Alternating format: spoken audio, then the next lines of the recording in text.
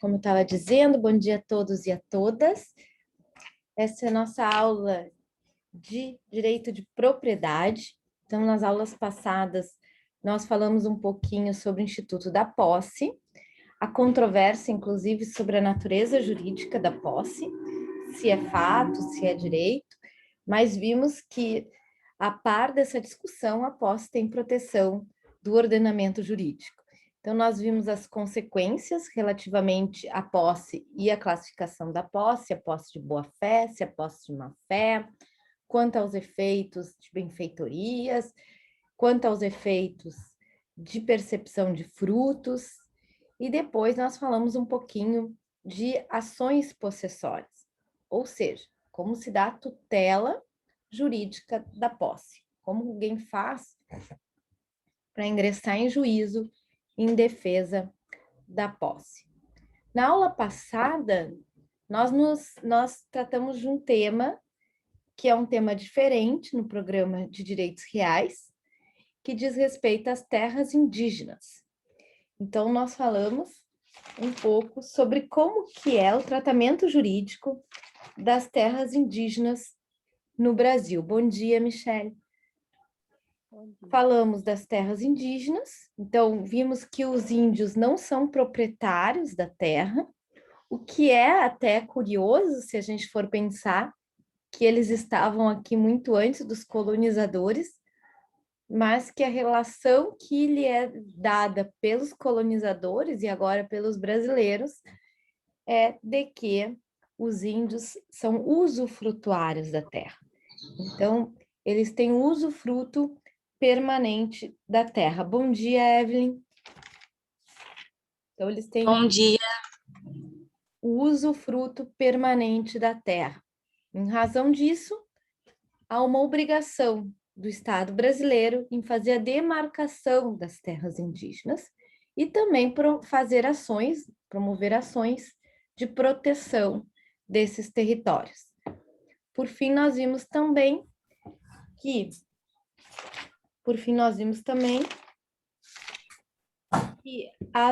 os territórios quilombolas. Então, nós falamos a respeito dos territórios quilombolas, da relação. Acho que o Matheus entrou na aula errada. Quando ele entrou, eu vi aqui que não era meu aluno hoje.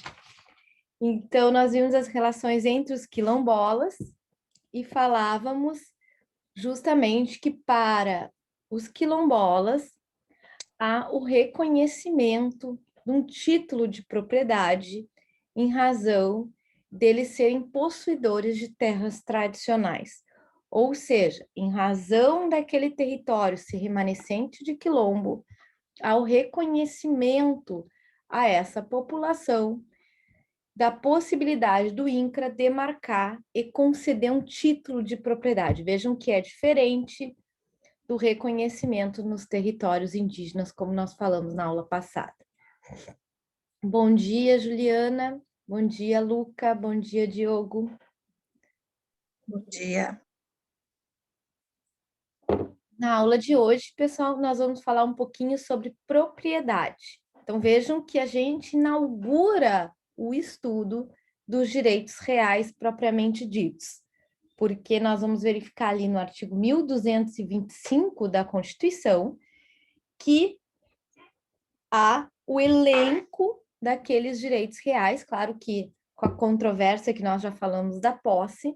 Então, o direito real por excelência é a propriedade. Então, a gente vai falar um pouquinho dessa propriedade hoje, ok? Vamos lá, então, vou compartilhar a tela.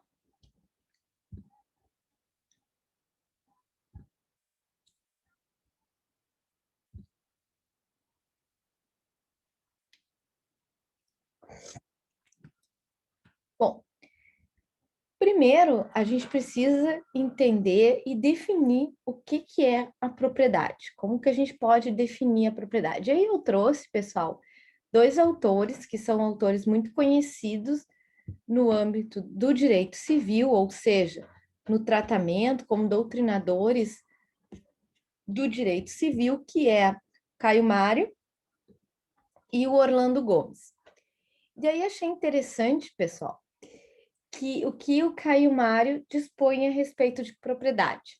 A propriedade mais se sente do que se define, à luz dos critérios informativos da civilização romano-cristã. Então, ele traz, na verdade, a informação aqui de que a propriedade é algo bastante antigo na história da civilização, ou seja, nós temos raízes da propriedade, nós vamos verificar que esse estudo da propriedade, ele remonta lá ao direito romano. Então, naquele tipo de sociedade, já havia o reconhecimento da propriedade.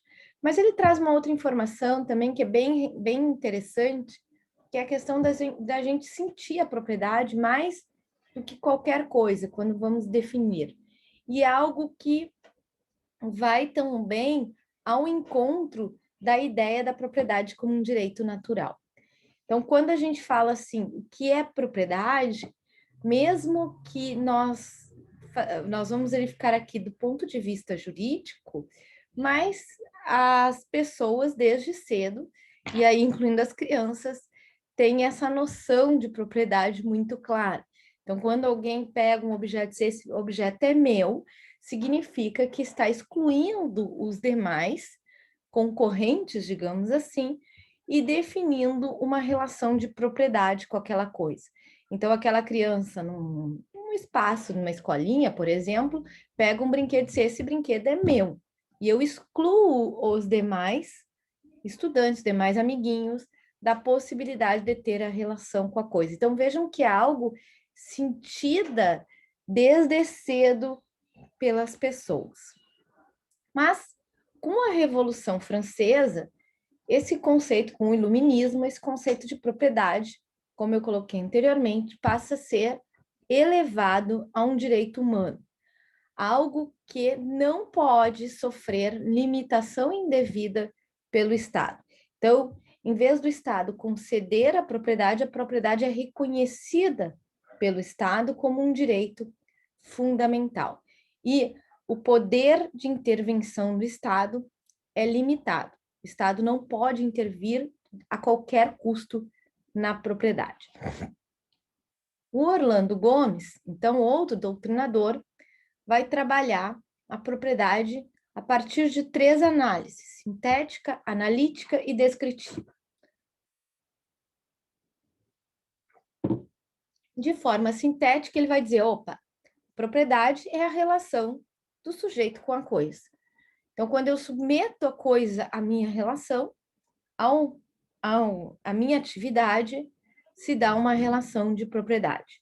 De forma analítica, ela está relacionada às faculdades da propriedade, o direito de usar, fruir, dispor e alienar a coisa. Então, vejam, pessoal, que a gente vai estudar um pouquinho os fechos relativamente a esse direito de propriedade. Então, um direito de usar a coisa, fruir da coisa, dispor da coisa e reivindicar, alienar a coisa. Então, a gente vai ver um pouquinho essas questões e o que elas significam na prática. E depois ele fala também que a propriedade é um direito complexo, a gente já vai falar dos fechos esses, absoluto, ou seja, significa que não pode haver condições ao exercício da propriedade pelo Estado, intervenções abusivas do Estado na propriedade, perpétuo, exclusivo. Ou seja, quando a propriedade não prescreve, a gente vai ver, claro, que na próxima aula nós vamos ver a hipótese de alguém adquirir a propriedade de outrem por meio da uso capião. Ou seja, alguém que tem uma posse contínua da coisa e, portanto, vai adquirir a propriedade mesmo que essa propriedade estiver na mão de outra pessoa. Mas isso só vai se dar em razão da inércia do proprietário em cuidar da sua coisa. Mas ainda, se outra pessoa não se apossa daquela coisa, aquela propriedade é perpétua, é eterna. Ela não prescreve como um direito de crédito. Por exemplo, se eu tenho um direito de alguém me pagar determinada quantia, vai chegar o momento que eu não vou mais poder cobrar dessa pessoa essa quantia, porque existe um instituto no ordenamento civil, alguns de vocês já devem ter estudado, chamado prescrição.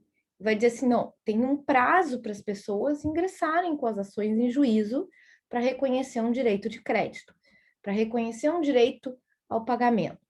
Mas relativamente à propriedade, se a pessoa ficar quieta, exercendo regularmente a sua propriedade, ou seja, cuidando da coisa, ele vai ser eterno, vai passar de geração para geração aquela propriedade.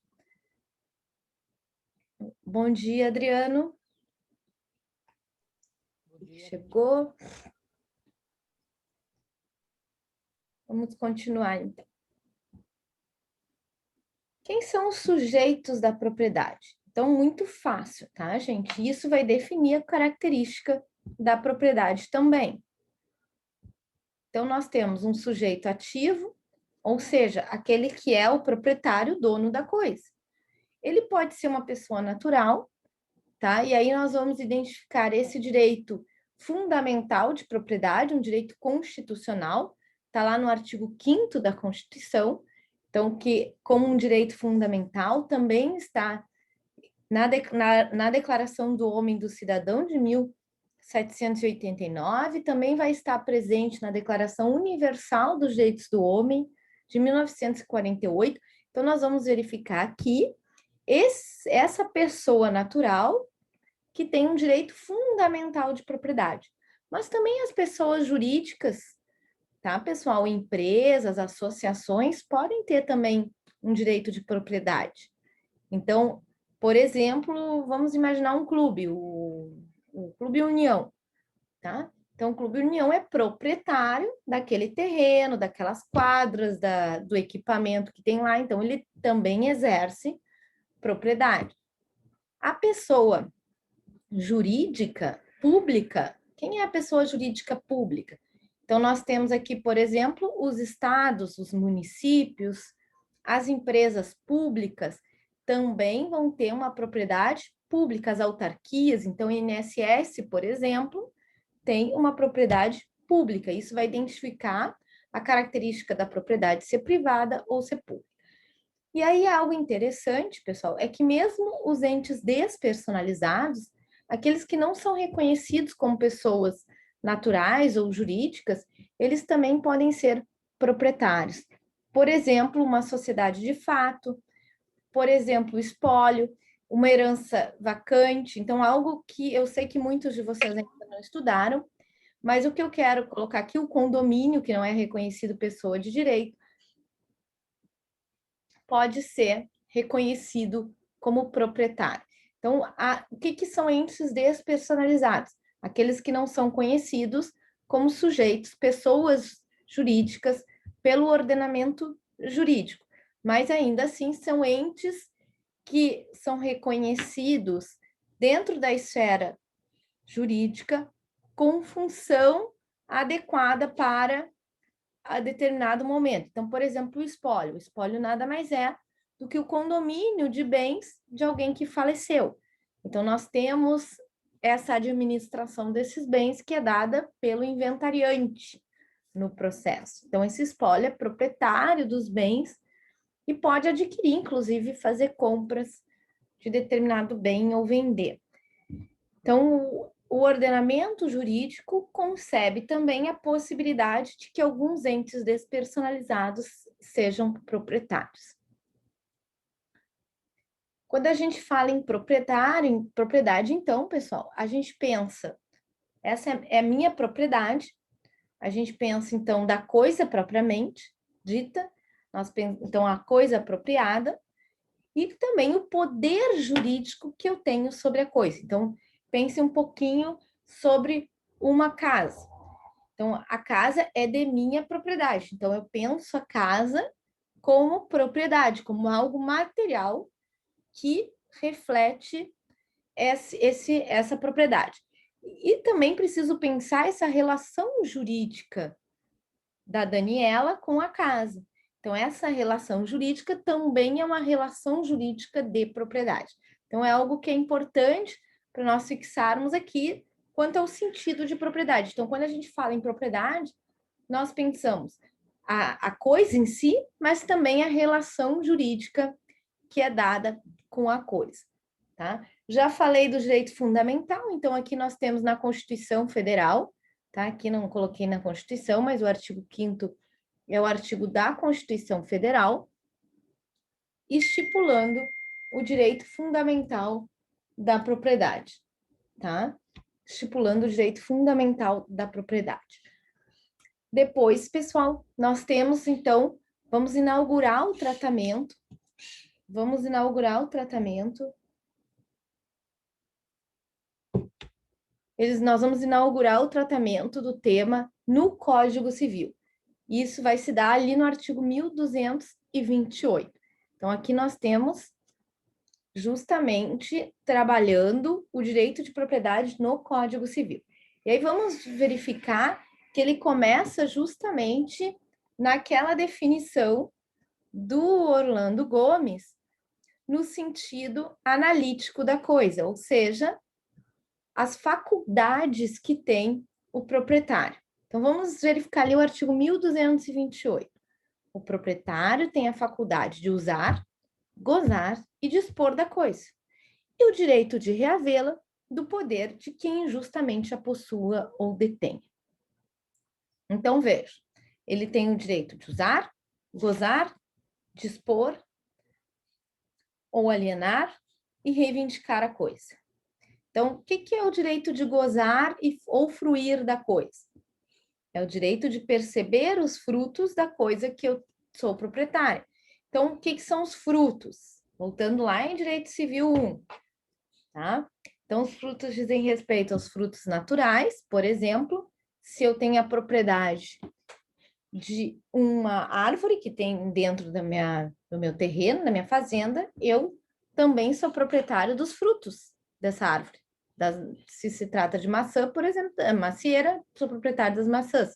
E tenho legitimidade para perceber esses frutos, ou seja, colher esses frutos, consumir esses frutos. Se se trata aqui de uma sala comercial, também é fruto, e aí fruto civil, eu receber aluguéis relativamente a essa sala. Então, botei para alugar, estou explorando economicamente, isso está me rendendo frutos. Talvez vocês já devem ter ouvido falar também essa expressão, ó, põe para alugar que isso vai te render frutos, vai te render rendimentos, vai te render aluguel. Outra faculdade diz respeito à possibilidade de reaver ou buscar a coisa, que aí diz respeito justamente com o que nós estudamos na aula, não na aula passada, mas na outra, quanto à tutela jurídica da posse e a tutela jurídica da propriedade. Então, se eu tenho propriedade e posse da coisa, se eu venho exercendo a posse em razão do meu direito de propriedade, eu posso entrar com uma ação de reintegração de posse. Se eu só tenho a propriedade, posso entrar com uma ação de reivindicatória ou de emissão de posse. Mas o que essa faculdade tem demonstrado para a gente? Essa ideia de reivindicar significa que eu posso buscar a coisa de quem a tenha indevidamente. Então, se alguém está ocupando, já te dou a palavra, Luiz, se alguém está ocupando indevidamente a minha coisa, se alguém está se apropriando indevidamente da minha coisa, então eu posso reivindicar para a autoridade judicial que me faça entregar a coisa. Então, pensem lá na historinha que eu falei lá da criança no jardim de infância. Então, para quem que ela vai reivindicar? Quem é a autoridade? A professora. Então, ela vai usar, gozar do brinquedo dela, ela pode dispor, transferir, se ela quiser, o brinquedo, doar para um amiguinho, pode emprestar também, se ela quiser, mas se ele tomar indevidamente, ela vai reivindicar para o professor, o adulto que está ali naquele momento, para que o adulto intervenha e possa devolver o brinquedo. Essa é a ideia da propriedade de forma bem simples, algo que nós percebemos, como fala o Caio Mário, como algo natural. Fala, Luiz. Não ia pedir para a senhora explicar mais uma vez, só ali a parte de gozar ou fruir, que eu tive que dar uma saída que eu não consegui prestar muito bem atenção. Bom dia, Gabriel, tudo bem? Então, gozar e fruir significa perceber os frutos, ou seja, colher de uma maçã macieira, cobrar e receber aluguéis, cobrar e receber juros. Então, algo que diz respeito a um benefício econômico que o bem vai ceder, vai conceder, ok? Então, pessoal, também aqui, usar é quando a própria pessoa, então, vai servir-se da coisa. Então, o proprietário, em vez de, por exemplo, perceber o fruto, algo extra, ele vai simplesmente usar daquela coisa, vai usar o telefone celular, vai usar a casa para moradia. Então, algo que diz respeito à utilidade da coisa propriamente dita, né? Então, a propriedade, ela tem essa função econômica e de proporcionar ao proprietário uma utilidade. E dispor e alienar diz respeito com a nossa ordem capitalista, ou seja, a propriedade circula como algo relativamente à circulação de riquezas. Então, nós fazemos contratos para transferir propriedades. Então, nós fazemos um contrato de compra e venda. Qual é o objetivo do contrato de compra e venda?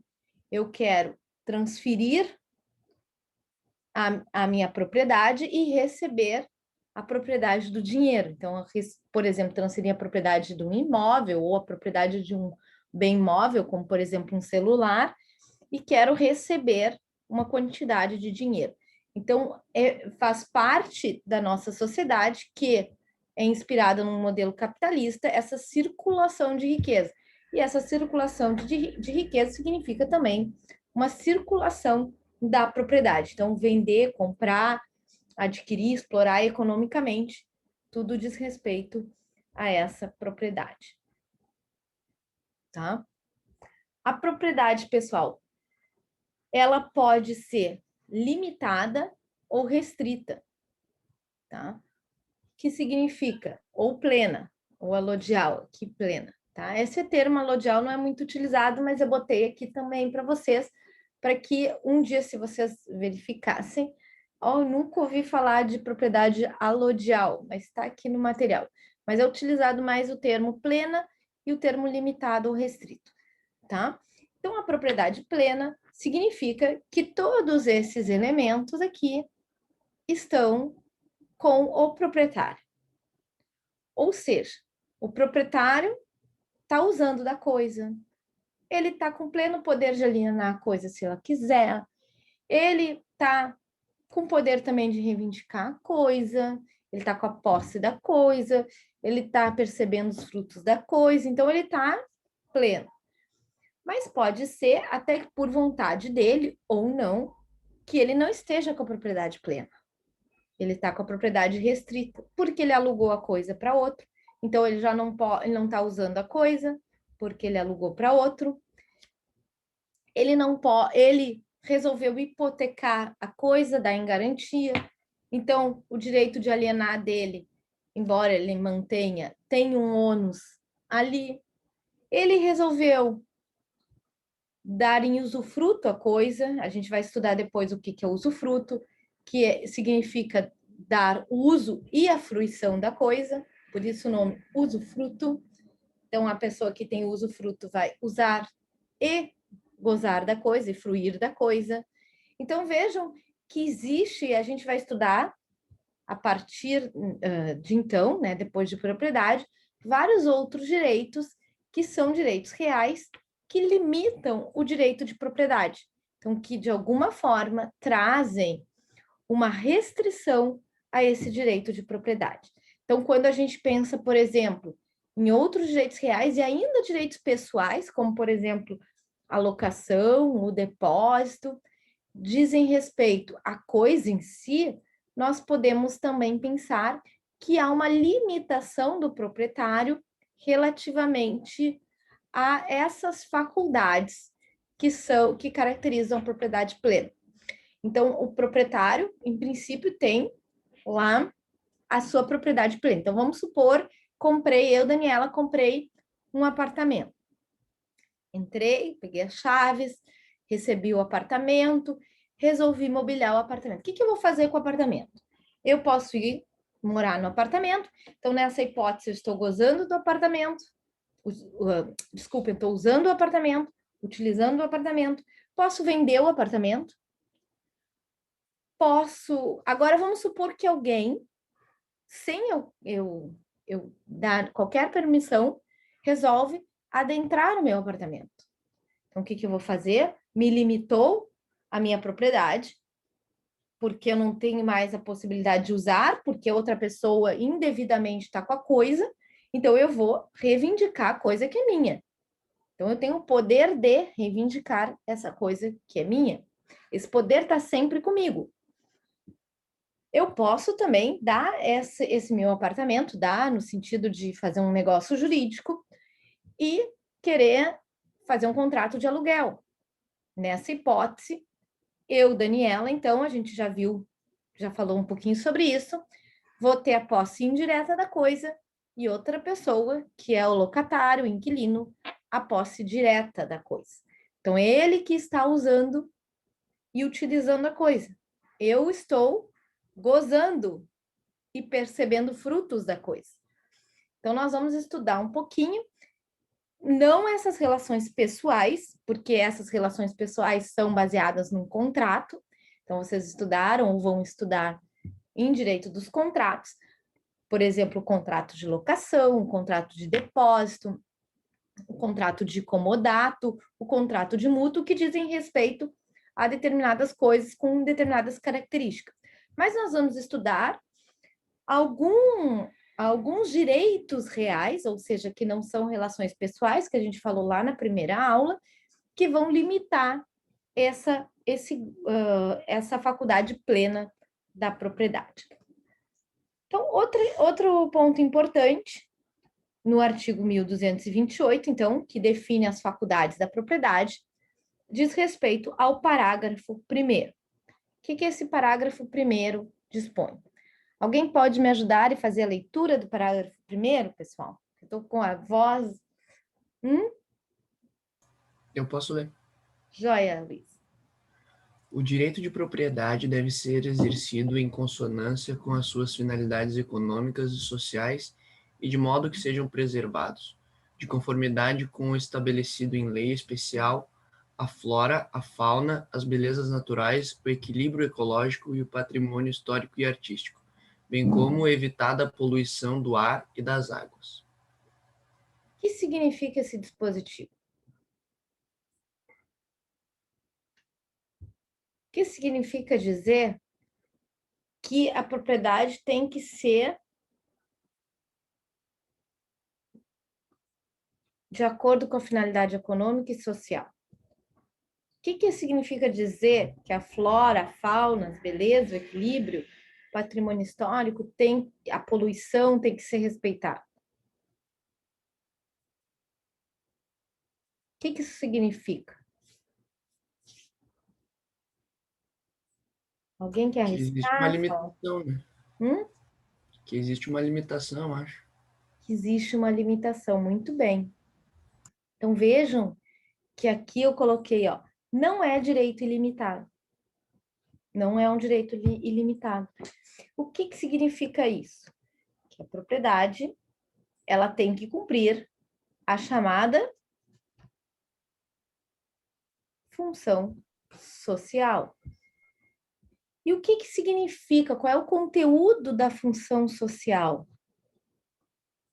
A função social significa que o proprietário deve exercer a propriedade com base na finalidade econômica, no respeito ao meio ambiente, ao patrimônio histórico e artístico, evitando a poluição, ou seja, a propriedade tem que estar em consonância com a sua função social, com a ideia de que ela compõe algo que beneficia toda a sociedade.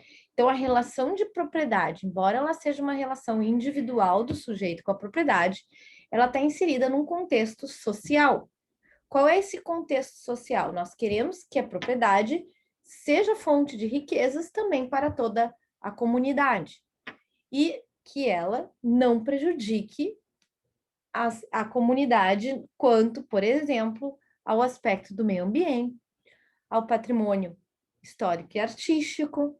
Então, existem limitações que são próprias ao direito de propriedade, que diz respeito às finalidades do próprio instituto. Então, quando nós falamos em propriedade em função social, já volto ali, nós estamos falando, na verdade, que a propriedade ela precisa ser contextualizada dentro de uma perspectiva social. E aí é algo bem interessante, pessoal, porque vai contrapor, e aí talvez quem já estudou direitos constitucionais ou direitos humanos vai lembrar um pouquinho, vai contrapor os direitos humanos de primeira geração, os direitos fundamentais de primeira geração e os direitos fundamentais de segunda geração. Porque a propriedade aparece, como eu falei, já vou explicar essa palavra, essa frase que eu disse, mas a propriedade aparece num primeiro momento como um direito ilimitado, um direito que é um direito natural, cujo Estado jamais deve interferir. Então, algo que simplesmente é reconhecido como essa relação do homem com a coisa. E claro que a gente pensa a coisa, via de regra, com a natureza, a forma de exploração econômica dessa coisa. Mas essa primeira relação, esse primeiro direito que foi dado ali em 1789, com o Iluminismo, sofre uma nova percepção com outros direitos, que aí são chamados de segunda geração, pessoal, porque exigem do Estado uma atuação positiva, como direito à educação, cultural, social, e esses novos direitos vão dizer assim, opa, não é bem assim. Tem os direitos humanos, os direitos individuais, mas nós precisamos também verificar, junto a esses direitos individuais de liberdade, os direitos sociais. Então, nós precisamos nos preocupar também com a questão coletiva, com alguns direitos que o Estado precisa prestar ao cidadão. E dentro desse contexto, as constituições passaram, pessoal, a se preocupar em limitar o direito de propriedade. Assim, ok, o direito de propriedade é um direito natural, é um direito fundamental, mas a propriedade obriga. O que significa dizer que a propriedade obriga na Constituição Alemã de 1919, conhecida como Constituição de Weimar? Significa que o proprietário ele não tem uso absoluto da coisa se não respeitar a função social dessa propriedade. A propriedade contextualizada dentro da sociedade, por isso uma função social. Pensem um pouquinho sobre alguém, por exemplo, que tem um terreno na cidade, diz, bom, o terreno é meu, eu faço o que eu quiser. Então, eu vou colocar o meu lixo ali no terreno, porque para mim vai ficar mais fácil se eu jogar o lixo ali. Só que essa atitude, a propriedade é minha, eu faço o que eu quiser, não cumpre a função social da propriedade.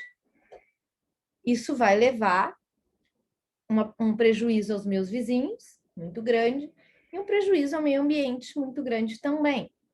Então, vejam que pensar na função social significa pensar nessa coletividade. Então, por isso que a Constituição vai dizer que a propriedade obriga o proprietário a cumprir a função social, obriga o proprietário a sua propriedade, ter a sua propriedade aberta, né, em consonância com as regras que estabelecem proteção do meio ambiente, proteção do patrimônio histórico e artístico, produção em determinada medida, respeito às regras trabalhistas.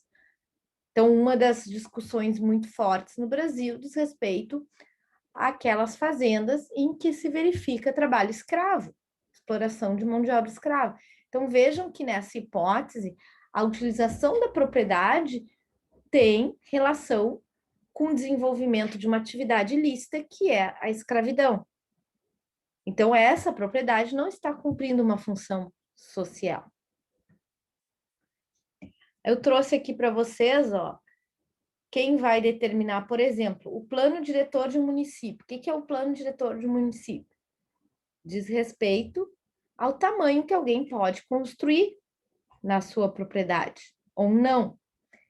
Então, vejam nessa praia aqui, tá? Então, o município autorizou a construção de prédios bem altos. E o que aconteceu aqui? A praia fica com sombra. As pessoas acabam, de alguma forma, tendo menos possibilidade de usufruir a praia com sol todo o tempo.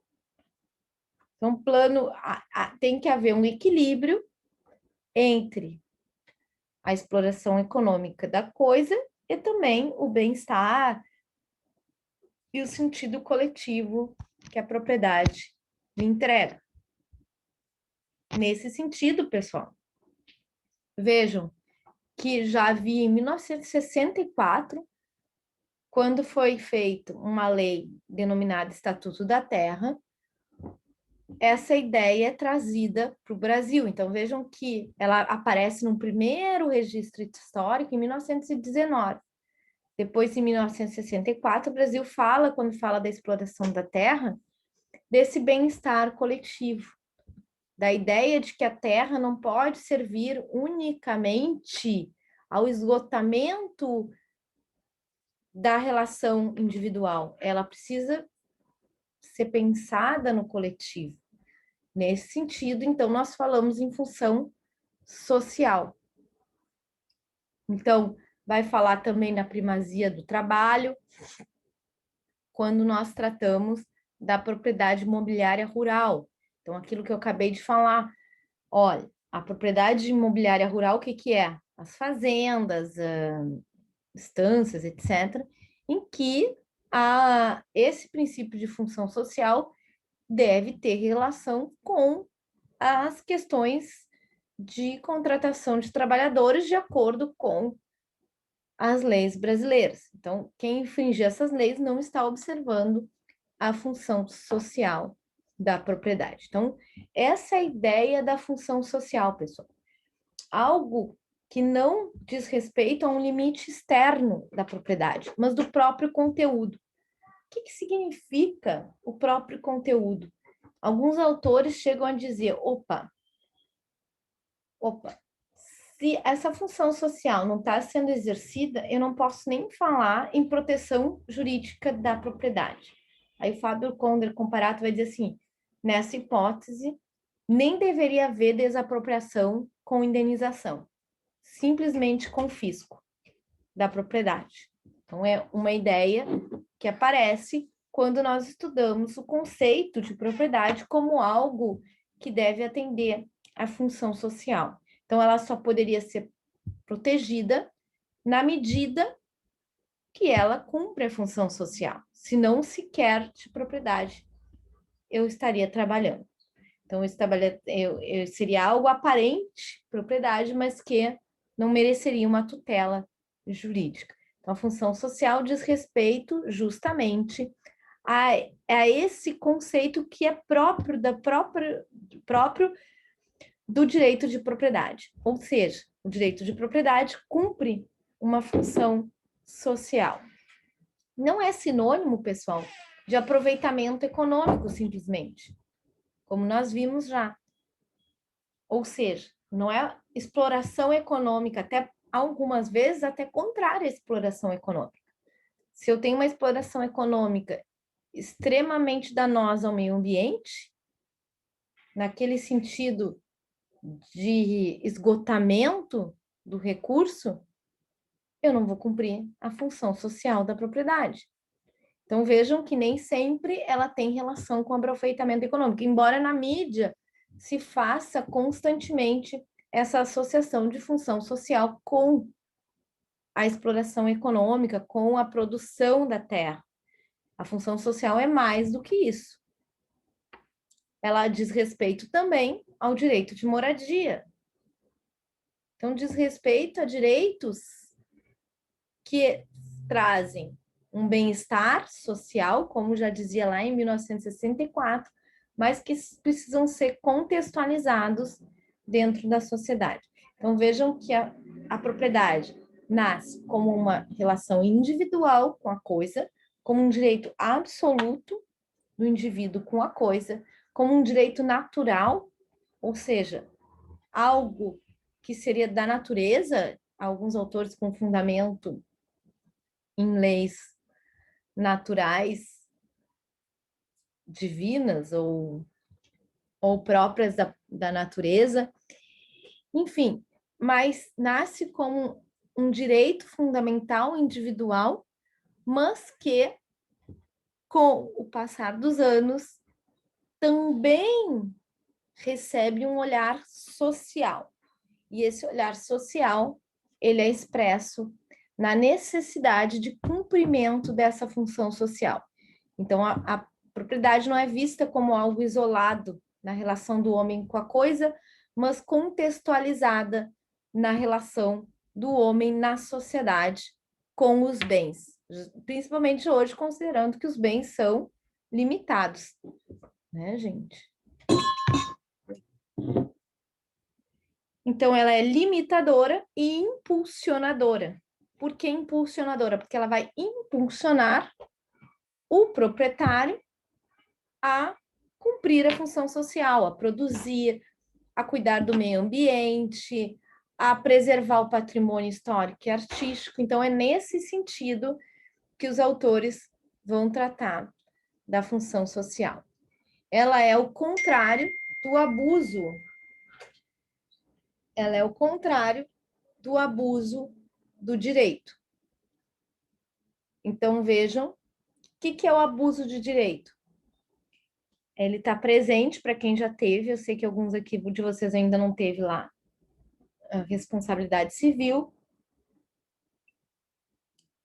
ou nós não falamos ainda em direitos, lá na Teoria Geral do Direito Civil, mas diz respeito àquele direito que o titular tem, mas que ao exercer, não exerce em conformidade com o fim econômico, social, com as aspirações da sociedade. E isso aparece de forma muito clara e apareceu no primeiro momento, até a ideia do abuso de direito é relacionada ao abuso do direito de propriedade, e aparece isso de forma muito clara. Então, aquilo que eu falei, opa, se eu utilizo a minha propriedade de forma indevida também, eu atuo em abuso de direito. Então, aquele sujeito que usa da sua propriedade de forma irregular, ele está agindo em desconformidade com o ordenamento jurídico. Então, o exercício irregular do direito da propriedade pode configurar abuso de direito. E aí é isso que dispõe o parágrafo 2º do artigo 1228. São defesos são proibidos, tá? Os atos que não trazem ao proprietário qualquer comodidade ou utilidade e sejam animados pela intenção de prejudicar outro. Então, o abuso de direito diz respeito àquele sujeito que tem a propriedade e utiliza ela de forma indevida para prejudicar uma pessoa. Mas ainda assim, mesmo que ele não traga uma vantagem para ele, mesmo que não traga uma vantagem para esse sujeito, ainda assim vai ser classificado como abuso. Então, o sujeito que resolve, então, lá utilizar a propriedade como lixo, está abusando do direito de propriedade, porque está exercendo esse direito de forma irregular. Então, é abuso de direito quando alguém exerce o direito de propriedade de forma irregular, não trazendo nenhuma comodidade para si e ainda prejudicando o direito dos outros. É quase aquela máxima, o meu direito vai até o direito do outro. Então, ainda quando a lei me autoriza uma proteção maior, mas se eu utilizo disso para prejudicar outra pessoa, eu posso estar cometendo um abuso do meu direito, ir além do meu direito. Então, aquele ato que era um ato em princípio permitido se torna irregular porque eu estou abusando desse direito, eu estou usando indevidamente o meu direito. Bom, aí, pessoal, eu botei aqui estranhas do ninho, que é o parágrafo 3º do artigo 1228. A gente está aqui, então, analisando o artigo 1228. Nós já vimos o caput, que é o que trata da propriedade. Vimos o parágrafo 1º, que trata da função social. Vimos o parágrafo 2º, que trata do abuso do direito de propriedade, ou seja, quando alguém extrapola o seu direito, tá? Então, podemos pensar também alguém que resolve colocar fogo no seu carro e coloca fogo de forma a fumaça ir no vizinho. Ele vai fazer queimar o lixo e tudo vai lá para o vizinho. Então, vejam que são atos que ele teria o direito de queimar o lixo, enfim, se fosse o caso, o lixo é dele, está queimando dentro da propriedade dele, mas vejam, ali a fumaça está atingindo o direito do vizinho. Prof, Ah, se constantemente essa prática for utilizada, por exemplo, de queimar o lixo, mesmo que seja, que nem a senhora falou aí, algo particular dele, tá? E talvez nem seja a intenção dele me prejudicar, mas me prejudica. E constantemente ele faz isso, é abuso da propriedade, está abusando do direito, né? exatamente. E além disso, pode estar cometendo crime ambiental, tá? E também está afetando o direito de vizinhança. Fala, Eduardo. Prof, ali quando a questão do trabalho escravo, da propriedade e tudo, até essa questão ambiental, se provoca algum dano, para perder a propriedade, no caso do proprietário, é bem complicado, né? Não é uma coisa bem simples, assim, imagino que seja. Está previsto na Constituição a hipótese de confisco nesse caso. Aí Tá? vai para a União. É. Tá. Tá? Mas acontece, precisa fazer um procedimento, realmente não é algo tão simples, mas existe a previsão constitucional nesse sentido. Tá bem. Quer ver? Vamos olhar juntos aqui, ó.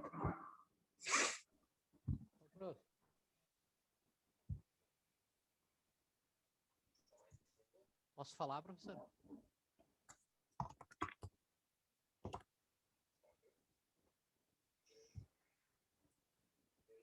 Ó.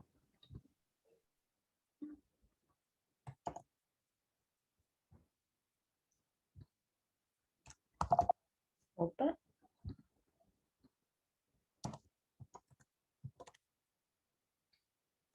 Ô, prof, eu acho que o Adriano queria falar alguma coisa, mas o microfone dele tá baixo. Não ouvi. Mas o microfone dele tá baixo, daí, só para lhe avisar. Oi, tá me escutando? Depois, então, eu procuro aqui para Eduarda, para não... Tá, mas existe essa hipótese. Fala, Adriano. Tá me escutando? Hã? Não tô ouvindo. Oi, agora tá me escutando? E eu não tô ouvindo, Adriano. Alguém tá Não? ouvindo? Não? Não tão? Eu ouço, mas bem baixinho. Tenta de novo. Agora eu ouvi, essa não tão eu ouvi. Aumentei meu volume aqui. Ele disse no chat aqui que vai escrever. Tá bem.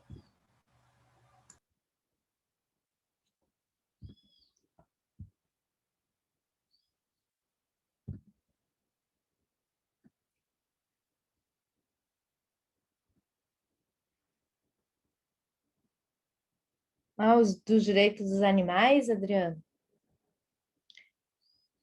Não deixa de ser, né, gente? Um abuso, realmente, foi um excelente exemplo que o Adriano trouxe.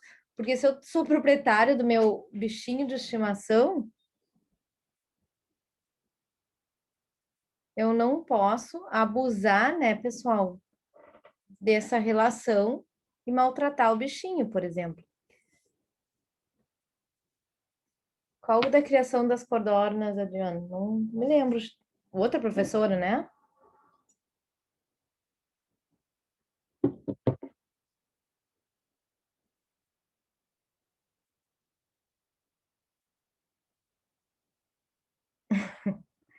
A pessoa cria codornas e o vizinho começa a criar coruja e aí as corujas comem a codorna do vizinho.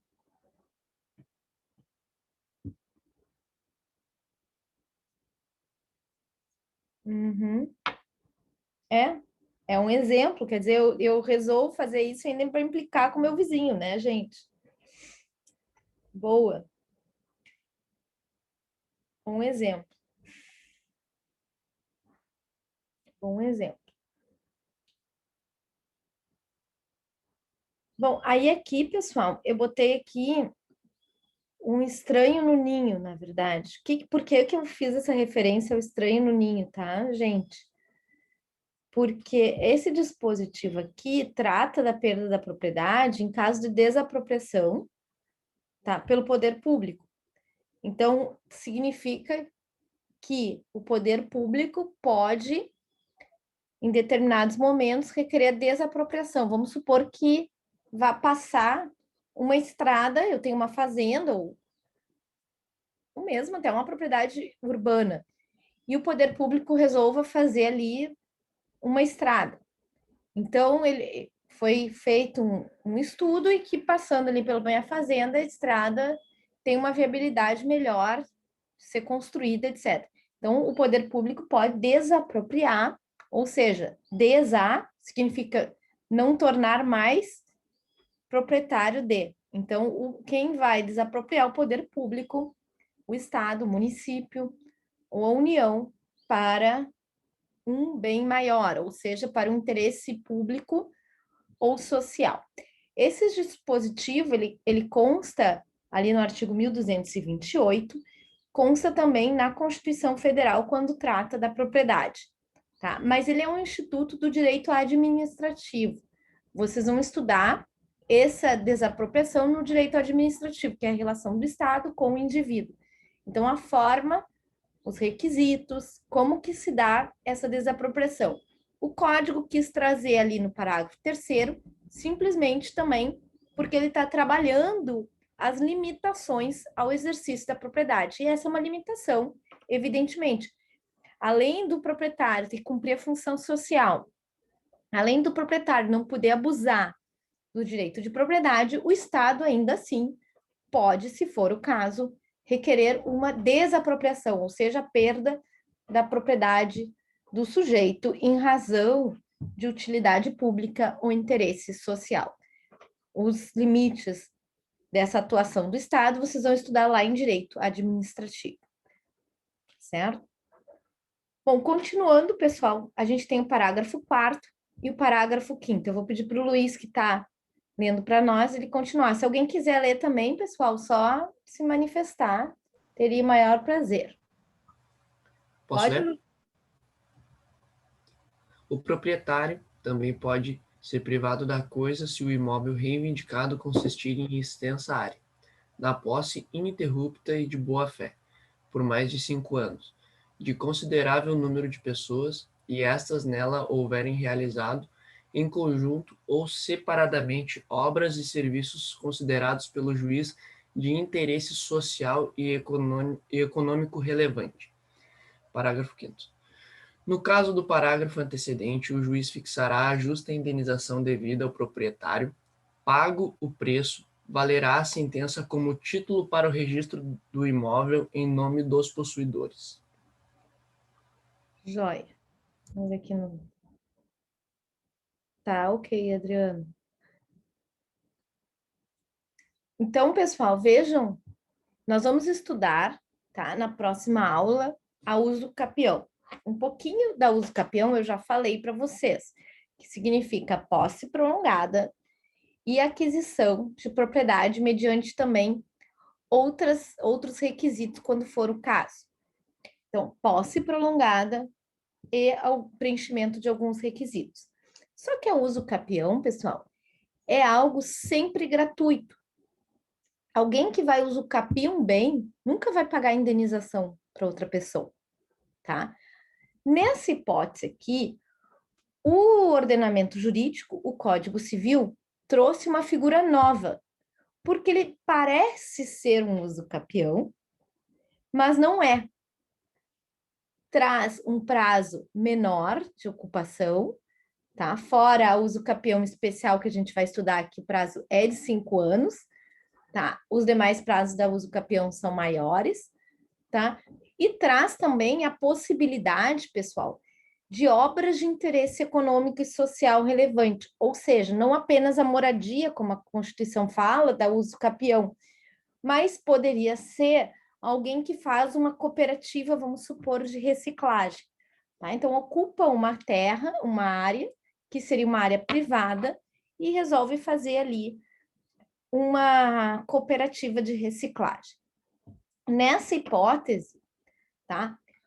A lei prevê que o proprietário pode ser privado da coisa por uma desapropriação judicial, ou seja, o juiz, no caso concreto, vai determinar que, sopesando o valor de quem está explorando a área economicamente e trazendo um benefício social, e em relação a quem não estava explorando economicamente a área, possa prevalecer o interesse dos primeiros. Só que nessa hipótese, pessoal, o juiz vai determinar o pagamento de uma indenização para o proprietário.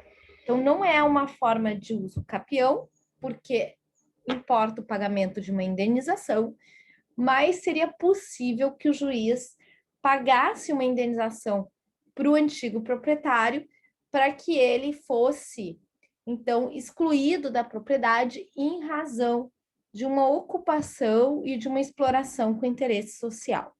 É um instituto novo, não existe nos demais ordenamentos jurídicos, foi algo pensado pelo Miguel Reale, autor do Código Civil, chamado posse e trabalho, ou seja, tem a posse, tem uma exploração econômica relevante da coisa, e aí nessa hipótese pode haver uma indenização em um prazo menor e de alguma forma assegurar que esse interesse econômico e social prevaleça na coisa.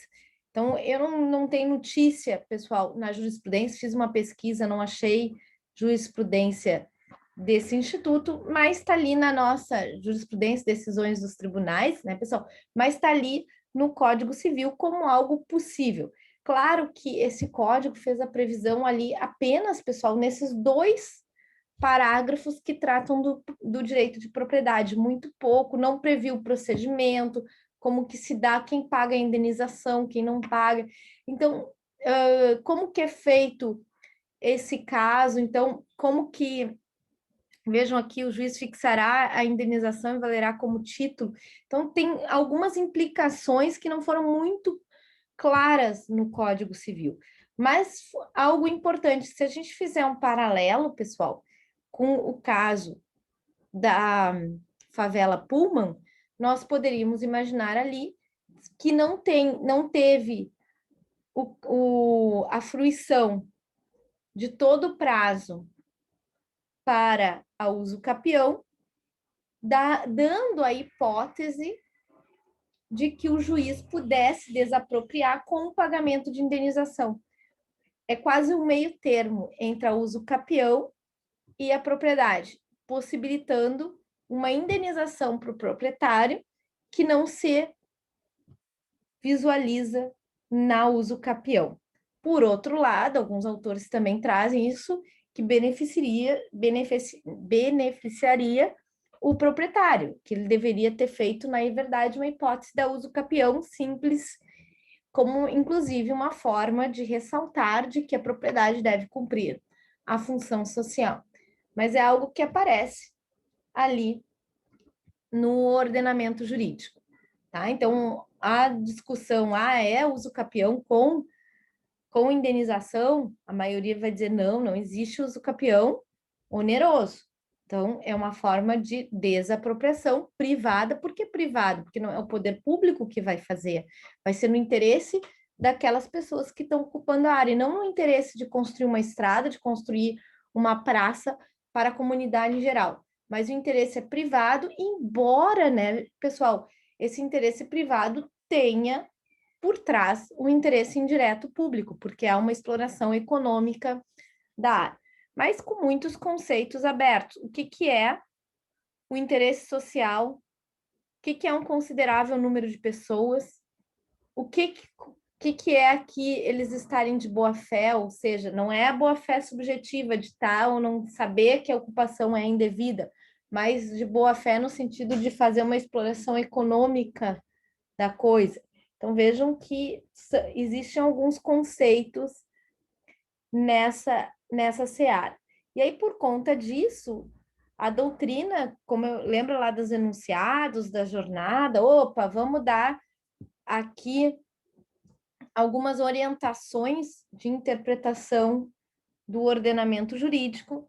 E aí, essas interpretações vão dizer o seguinte: como que a gente vai determinar que uma comunidade, vamos supor, de recicladores, vai pagar uma indenização justa para aquela área? Na verdade, a gente está esvaziando esse direito, porque partindo do pressuposto que as pessoas que trabalham de reciclagem têm uma maior vulnerabilidade social.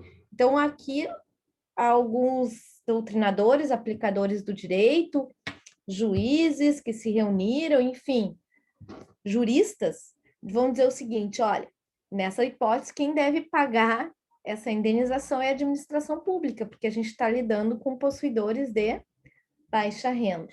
Então, a gente precisa sopesar essa ideia de pagamento de indenização também com a hipótese de alguém menos abastado que necessite, que esteja explorando essa área. Então, tá? Pode ser alegado, por exemplo, numa petição, numa ação autônoma, ou mesmo como instituto de defesa. Tá? Então, por exemplo, as partes poderiam entrar com uma ação na justiça para que a administração reconhecesse aquela área de interesse social e lhes declarassem a propriedade. Mais comumente, no entanto, é que isso seja uma matéria de defesa numa ação de reintegração de posse.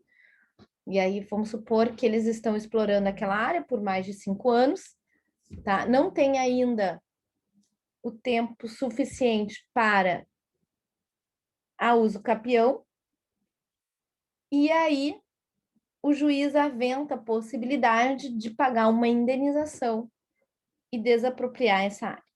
Por que eu digo que é mais fácil que seja na defesa? Porque o sujeito que está explorando ali, ele vai estar explorando até que cumpra lá o prazo da uso capião, que é mais fácil. Depois ele entra na justiça e pede de forma mais rápida o reconhecimento da coisa. A indenização não, aí já teria que chamar quem é o proprietário, achar, babá, e ver se ele aceita a indenização, se não aceita, então já abre a discussão antes da hora. No caso da uso capião, então, ele vai esperar o prazo que seja dado em lei e vai requerer essa uso capião.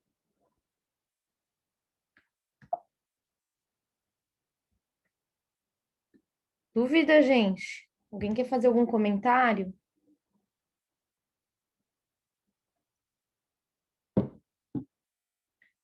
Então, nós estudamos até agora o artigo 1228 do Código Civil e seus parágrafos. Oi.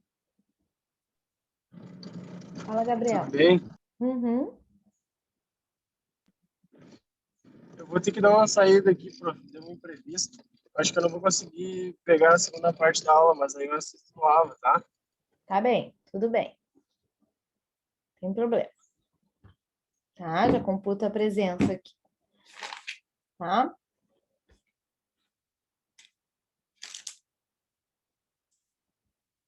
Bom, então nós vimos, pessoal, até agora, estudamos o artigo 1228 do Código Civil, que trata do direito da propriedade. Vimos o que significa o direito da propriedade e as limitações nos seus parágrafos. Então, falamos da função social, falamos do abuso de direito, da desapropriação, que é o Instituto do Direito Administrativo, e um instituto novo, trabalhado aqui no Código Civil de 2002, chamado desapropriação judicial, ou seja, a possibilidade que o juiz, no caso concreto, considere a posse e o interesse social de determinadas pessoas como relevante para desapropriar em nome, em favor delas, quando não for ainda cumprido o prazo de uso capião. Fala, Davi. Luiz Davi. Essa questão da relevância, ela é meio subjetiva, né? Ou não é, pelo que eu percebi que não tem uma taxatividade dentro do código. Não tem. O que é uma função econômica relevante? É o juiz que vai verificar no caso concreto. Tá? Certo. E nem sempre de produção econômica. Pode ser, vamos supor, que tenha sido, dentro dessa área, tenha sido feita uma associação do bairro. Ela não tem um interesse ali, talvez econômico, mas aí tem um interesse social aqui, que é um ou outro, tá? Então, o juiz vai avaliar o que foi feito ali. Mas é no caso concreto. Sim, Bom, no caso, quem se defender, só para constar, no caso, quem se defender vai alegar que para ele é relevante de alguma forma também socialmente. E exatamente. Aí, seguindo, então, pessoal, a exploração do Código Civil, lá, o estudo que a gente está fazendo dos artigos do Código Civil que tratam da propriedade. Tá? E aí, aqui eu trouxe do céu ao inferno. O que isso significa? Que o sujeito que é proprietário, ele é proprietário. Opa, acho que trancou um pouquinho a minha internet, que pareceu internet instável, né? Mas eu vou repetir. Então, do céu ao inferno significa que o sujeito que é proprietário de determinada, vamos supor aqui um terreno, uma fazenda, ele é proprietário sem limite até o céu e sem limite até o inferno, ou seja, abrange solo e subsolo, com algumas especificidades que nós vamos estudar já já. Claro que isso não significa que nenhum avião vai poder passar na sua propriedade, evidentemente, e nem que toda a exploração do solo e do subsolo seja dada ao proprietário. Por exemplo, se encontrar petróleo na sua propriedade, quem é o proprietário do petróleo é a União e não o proprietário da fazenda, da terra. Diferentemente dos Estados Unidos, não sei se vocês já viram em filmes e coisa, o sujeito que encontra petróleo na terra, então se faz milionário imediatamente.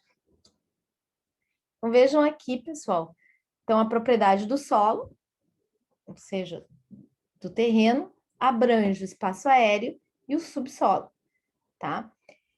A altura e profundidade úteis ao seu exercício, ou seja, se não há utilidade, embora ele seja proprietário do céu ou inferno, deve haver uma utilidade. Ele não pode impedir outras pessoas que passem, vamos supor, por cima da sua propriedade ou por debaixo, se for o caso, se isso não implicar alguma restrição na sua utilidade.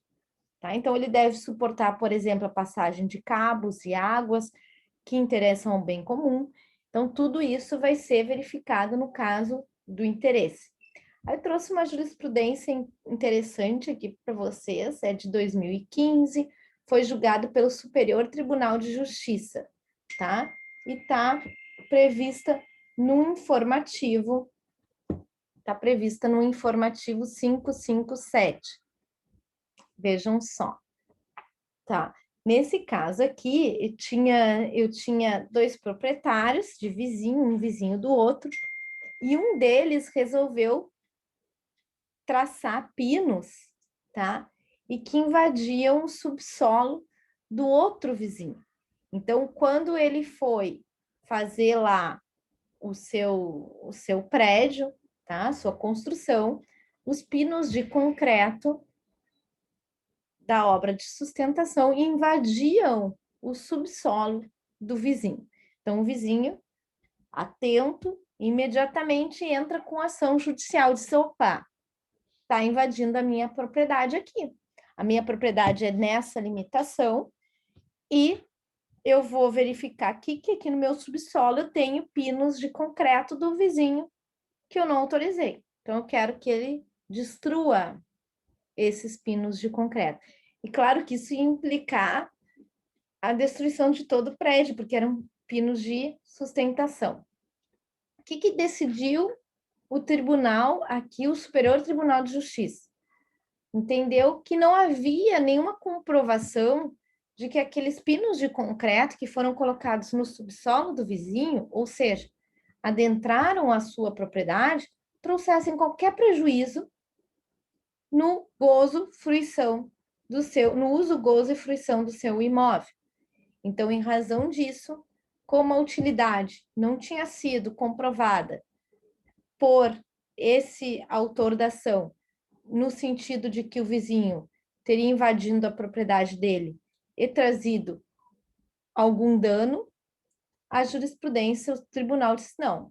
Então, embora a tua propriedade seja de fato do subsolo ao céu, lá ao espaço aéreo, o fato de alguém botar pinos no seu subsolo não lhe trouxe nenhum empecilho de utilidade, não trouxe nenhum prejuízo concreto à sua utilização.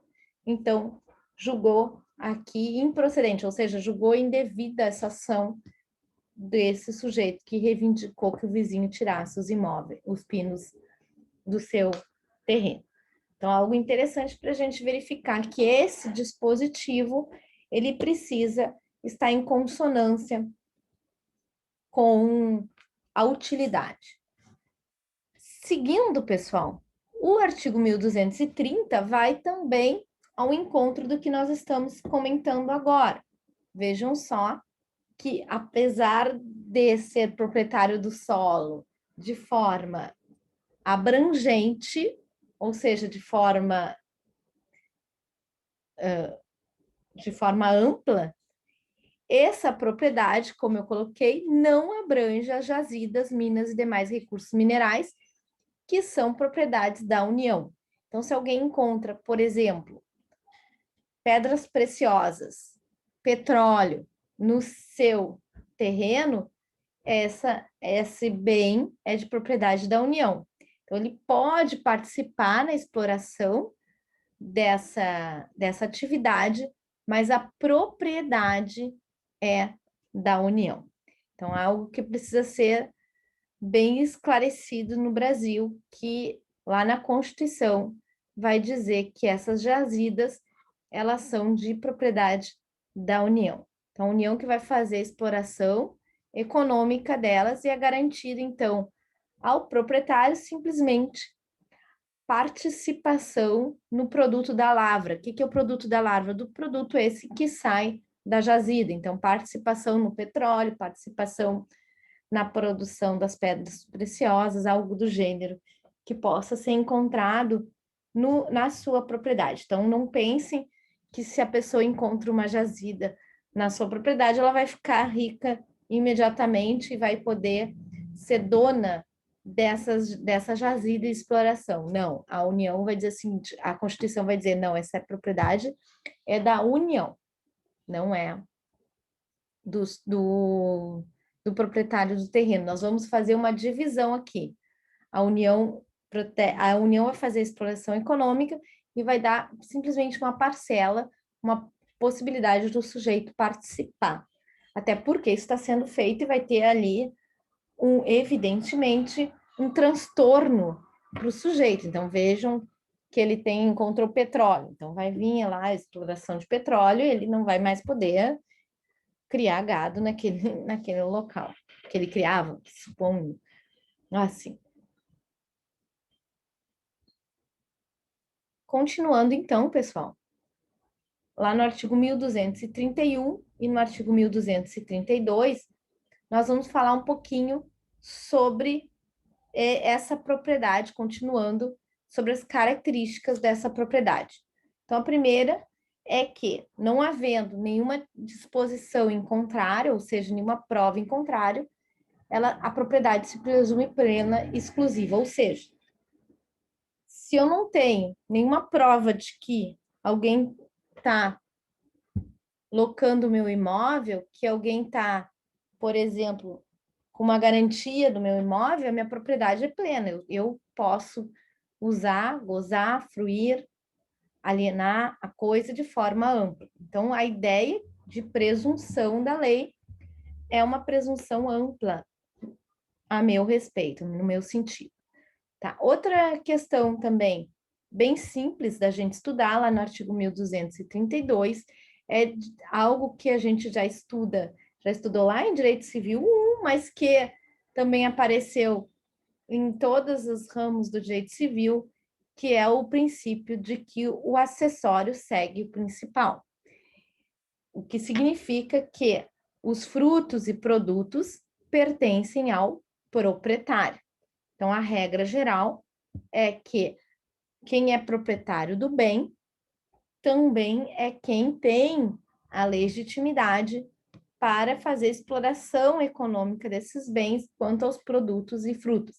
Então, aquilo que eu coloquei para vocês, se eu sou proprietário de um terreno e o terreno tem lá árvores frutíferas, se presume que eu seja também proprietário das árvores frutíferas e dos frutos que eu ali produzi. Agora, eu posso também ter uma presunção em contrário, por exemplo, que eu já tenha vendido a minha colheita por antecipação. Então, olhando assim, parece que seria a legítima proprietária, porque isso está no meu terreno, mas, por outro lado, eu já fiz um contrato. Então, alguém pode provar que é o legítimo proprietário daquele bem. Tá? Então, algo também bem simples quanto ao estudo da propriedade.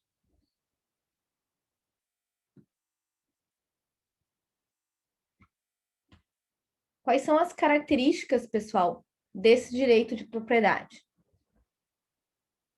Também algo bem fácil da gente perceber, porque nós falamos dessas características quando falamos lá na primeira aula a respeito dos direitos reais. Então, é um direito absoluto, dentro das questões que nós colocamos, quando respeita a função social, evidentemente, ele é absoluto na sua característica básica, no sentido de que, historicamente, ele veio a ser afirmado como espaço do indivíduo contra o Estado sem possibilidade de intervenção na propriedade privada, nesse sentido, tá? Mas que sofre limitações, ou seja, pode ser relativizado em razão da função social da propriedade. Tem um caráter erga omnes. O que é erga omnes? Algo que talvez quem está mais no início da faculdade não tenha familiaridade com essa expressão, que significa contra todos. Então, é um direito que ele é oposto contra todos. Então, vamos pensar na hipótese da Daniela, proprietária de uma casa. Então, essa relação que eu tenho com a coisa, eu oponho contra toda a sociedade. Eu oponho o meu direito contra toda a sociedade. Por isso, ele é um direito erga omnes, que pode ser oposto contra todos, diferentemente da ideia do direito de crédito. Por exemplo, eu tenho um crédito para receber. Eu vou receber um determinado dinheiro. Então, alguém que é o meu devedor deve pagar o meu direito. E não é um direito que eu tenha contra todas as pessoas, é um direito que eu tenha contra determinada pessoa e às vezes até posso ter contra alguém que ele tenha indicado, se ele cedeu o crédito ou se trata de um fiador, por exemplo. Mas não é um direito que é oposto, é um direito que eu tenho relativo a uma pessoa. Já a propriedade o meu sujeito passivo é a coletividade. Então, eu posso identificar esse sujeito passivo como a coletividade.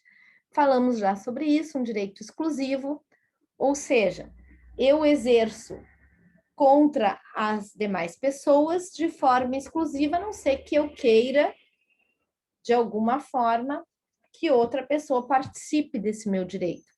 Então, eu posso receber, então, em razão disso, determinada pessoa para explorar a minha propriedade de forma conjunta.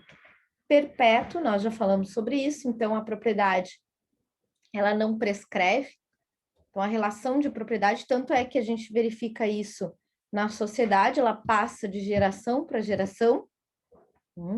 Então, vamos supor lá, que, às vezes até aquela sesmaria que o sujeito recebeu, passou para os seus filhos, passou para os filhos desse aí, blá, blá, blá, blá, e aí a própria ideia de concentração de riqueza no Brasil tem relação com essa característica da propriedade, porque a riqueza está fundada muito na riqueza da terra, na riqueza de propriedade. Tá? Ele é um direito elástico? Sim, por quê? Porque é possível que eu faça o desdobramento. Lembra que a gente falou do desdobramento da posse? Então, é possível que eu possa desdobrar no sentido de algumas dessas faculdades da propriedade serem transmitidas a outra pessoa. Então, eu me mantenho o proprietário da coisa, mas posso ceder o uso dessa coisa mediante um contrato de locação, mediante a concessão de um usufruto, que a gente vai ver. Então, é possível que o proprietário explore economicamente a coisa, se mantendo o proprietário, mas cedendo alguma dessas faculdades a outra pessoa. Tá? Então, isso é algo que a gente vai estudar aí no nosso programa, no nosso calendário de estudos. E já falamos sobre isso, um direito fundamental. Por que é um direito fundamental? Porque está previsto lá na Constituição Federal, no artigo 5º da Constituição Federal. Ok, pessoal?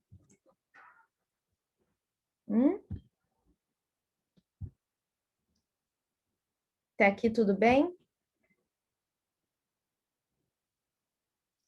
Vamos fazer um intervalozinho agora, pessoal. Eu vou verificar aqui. Vou fazer um intervalozinho de 10 minutinhos e eu já retorno. Vamos ver quem está. O Adriano, Audrey, Bianca, Diogo, Eduarda. Ok. O Estevão hoje não veio. Gabriel, ok. João Paulo, ok. Juliana, ok. Lucas, ok. Luca, ok. Luiz Davi, ok. Deixa eu ver. Tinha visto a Michele, não tinha, pessoal? Tava aí, não tava? Tava, eu acho que ela caiu a internet dela, prof. Tava aí, né? Sim. Samantha, ok. Tainá, ok. Evelyn, ok. A Jéssica, não, né? Hoje não tá a Jéssica. E a Maitê também não hoje, né? Então tá, pessoal. Vamos fazer um intervalozinho de 10 minutos e a gente retorna às 9h40, ok?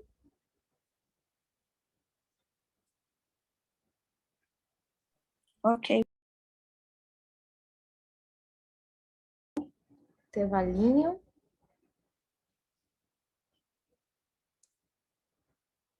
Ok. Ok, vamos lá, então. Nessa segunda parte, nós vamos dar uma olhadinha no material do AVA juntos e vamos adentrar um outro assunto que fala da descoberta, tá? Vamos falar um pouquinho do achado não é roubado, digamos assim. Então, vou compartilhar aqui a minha tela. Que nós temos, pessoal, aqui na propriedade, vejam só, tá? Então, eu entrei aqui na nossa aula de propriedade. Aqui nós temos a propriedade e o plano diretor do município. Então, aqui bem uma questão prática, realmente, tá? Então, ó, Camilo é dono de uma construtora e acaba de adquirir um terreno na orla da praia, na cidade de Praia Linda. Seu objetivo é construir um prédio residencial de alto padrão, com 16 andares. Contudo, os arquitetos não conseguiram registrar o projeto na prefeitura. Todo o projeto de construção tem que ser registrado na prefeitura. Por quê, pessoal?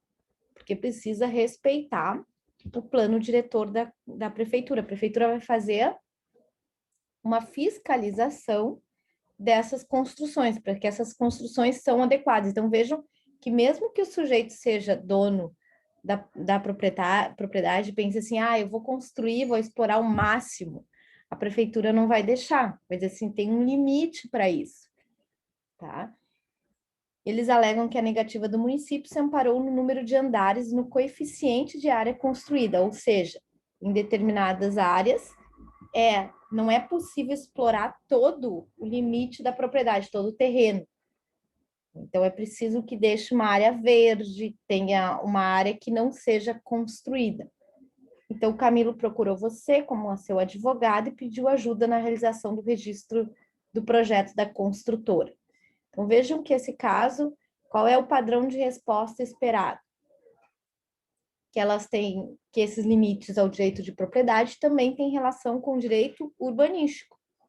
Então, é fato e é legítimo que a prefeitura, ou seja, o município, possa fazer aqui o seu plano diretor e limitar legitimamente o uso da propriedade, o aproveitamento com menor impacto relativamente à proteção ambiental, à exploração dos bens pela comunidade, para que haja menos poluição, para que seja preservado não seja construído todo o terreno. Então, a gente vê, por exemplo, em algumas hipóteses, como eu demonstrei ali, uma praia cheia de prédio na frente.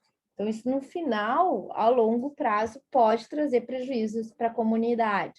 Então, algo que uma cidade que não tem nenhum verde, então isso vai elevar os índices de poluição no futuro. Então, são todas as limitações ao exercício de propriedade que são relevantes dentro do que nós estamos estudando aqui quanto ao direito de propriedade, certo?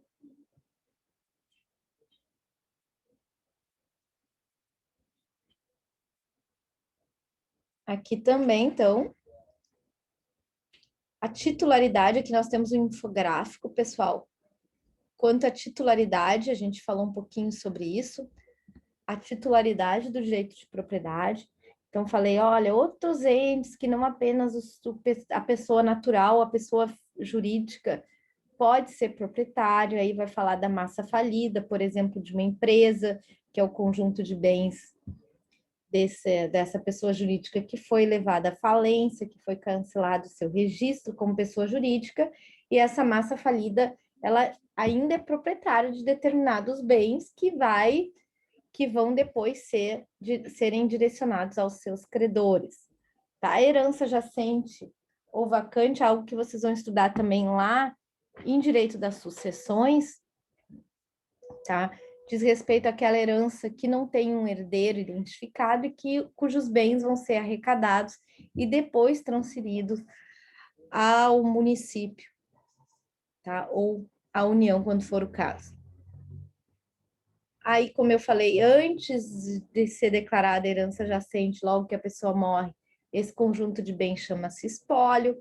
O condomínio também, nós vamos estudar, não é uma pessoa, não tem personalidade, o condomínio não é considerado uma pessoa jurídica, tá? Então, no entanto, ele é proprietário de determinados bens e ninguém vai reclamar nesse sentido. Então, aqui só um infográfico para facilitar depois a visualização do que nós acabamos de discutir.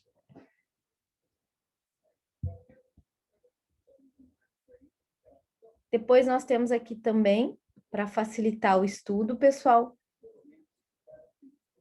Opa, outro infográfico da relação dos atributos com a propriedade. Então, nós falamos do direito e faculdade de gozar, fruir da coisa. Então, ele vai dar um exemplo aqui do que nós falamos aqui, é mais para que vocês tenham um material visualmente bacana para estudar. Então, um quadro que vocês podem fazer no caderno ou nas anotações, e aqui já fica também algo que vocês podem visualizar de pronto nesse sentido. Então, a gente viu, alguns autores falam até desse grude, tá? Para lembrar das faculdades da propriedade, seria gozar, reivindicar, usar e dispor da coisa. Então, essa é a ideia do que nós acabamos de verificar aqui nas faculdades da propriedade, dos atributos da propriedade.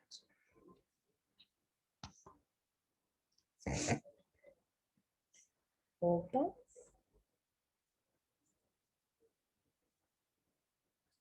No mesmo sentido aqui, outro infográfico com, além do grude aqui das faculdades, as outras características que nós estudamos ao direito de propriedade.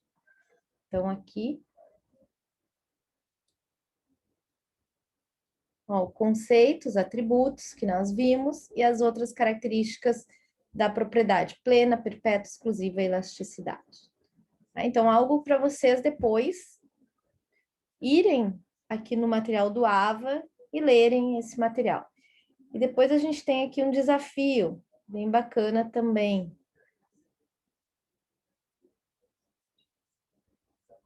Tá? Ou seja, uma atividade para ser feita para a gente fazer juntos.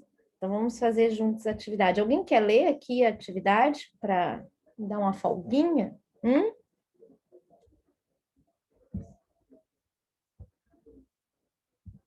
Alguém que esteja com o microfone, pessoal? Só o Luiz Davi. Luiz Davi, pode me ajudar? Posso. Então tá, vamos lá, no desafio.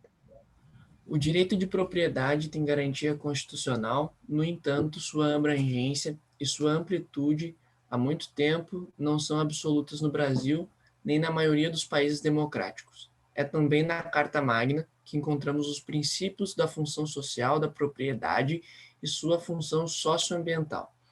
2 irmãos herdaram do pai uma vasta área de terra ao longo de um rio da região sul do país. Em parte dessa área de terra, os irmãos, aproveitando-se do tipo de solo, deram continuidade a um antigo negócio da família, uma olaria. Outra parte da terra herdada está numa ilha, onde há somente mata nativa. Como esse pedação de terra não se comunica geograficamente com as terras da olaria, os irmãos colocaram à venda. No entanto, têm tido dificuldade de conseguir compradores interessados em adquirir esse pedaço de terra, a citada ilha, e atribuem isso ao fato de pouco poder ser feito em termos econômicos no referido local por um futuro proprietário que venha a adquirir. Os irmãos contrataram você para auxiliar. Há fundamento no pensamento dos irmãos de que não tem conseguido comprador em função de eventual limitação no uso da referida área? Justifique sua resposta. E aí, gente? Então, de fato, né? Se eles têm uma parte da propriedade que é de proteção ambiental, de fato, eles devem respeitar as normas ambientais nesse caso. E, por conta disso, vai acontecer que as pessoas, sim, têm essa dificuldade, a Adriana botou exatamente. Então, nós vamos ter essa dificuldade, né, pessoal?